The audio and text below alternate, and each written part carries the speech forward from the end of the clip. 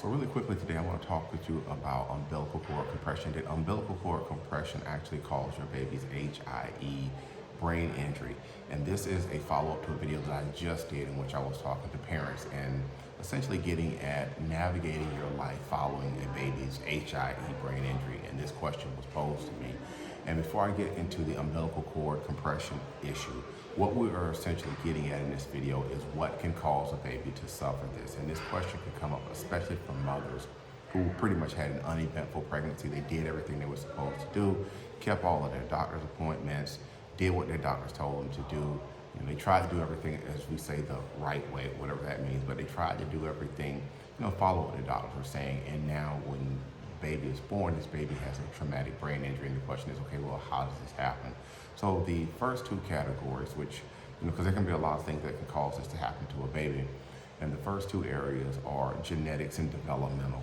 These types of things can, in some instances, lead a baby to suffer a traumatic brain injury, and when they are present, in a lot of instances, medical malpractice is not going to be the reason or the cause for that. So you can have genetic and you can have developmental. That third area, which can come into play, is going to be umbilical cord compression. And I'm going to talk with you about this today because this is a way that we see a lot. This is fairly common when we're doing birth injury investigations for families. Now, umbilical cord compression, what can cause that? There can be a lot of things that can cause umbilical cord compression.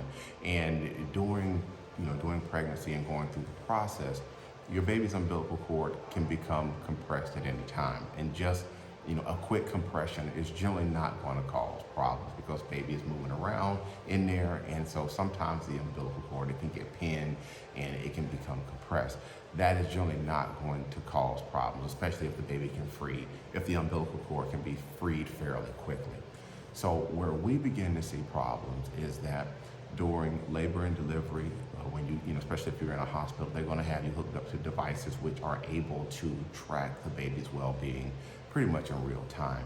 And when there is umbilical cord compression, especially if this goes on for a considerable amount of time, these monitors are going to, in a lot of instances, put the doctors and the nurses, hospital, they're going to put them on notice that this baby is no longer tolerating this vaginal delivery and that there are problems showing up. Where trouble can come up is that when the strips or the monitor is showing that there are problems, the baby's no longer tolerating the delivery, and for whatever reason, the doctors, the nurses, the hospital, they miss it. They do not act appropriately based on what they see on the electronic fetal heart monitor. And so in our context, an HIE injury is going to be a reduction in oxygenated blood, which can lead a baby to suffer a brain injury. When you have umbilical cord compression and that compression goes on for too long, it's not hard to see how you can have a reduction or a cutoff of oxygenated blood, which can lead a baby to suffer a brain injury. One condition that can cause a cord compression is if the umbilical cord, let's say, for example, it becomes wrapped around the baby's neck, nuchal cord. If you have a nuchal cord situation, just wrapping the cord around the baby's neck by itself is, in a lot of instances, not going to cause any problems, okay? Especially if the cord is loose and you can still have blood and oxygen flowing. Where problems can occur when that cord gets wrapped around the neck, for example, is, let's say, as the baby is moving down the birth canal, if the umbilical cord becomes compressed as the baby is going down, then you can have what we're talking about today, cord compression. And on the electronic fetal heart monitor, when you have umbilical cord compression, what you will see in general is a big drop in the fetal heart rate. You'll see the heart rate, it may be in the normal range, maybe going along, everything's going pretty good. And then when you get, a cord compression, you may see the heart rate just tank. It may go down. You may even be down into the bradycardia area. And so if this goes on and on, this continually goes on, then eventually the baby can run out of what we call reserves, and then you can have, in some instances, a traumatic brain injury. So when we're doing these birth injury investigations for families, trying to figure out, okay, what caused this? How did this happen? These are definitely areas of concerns.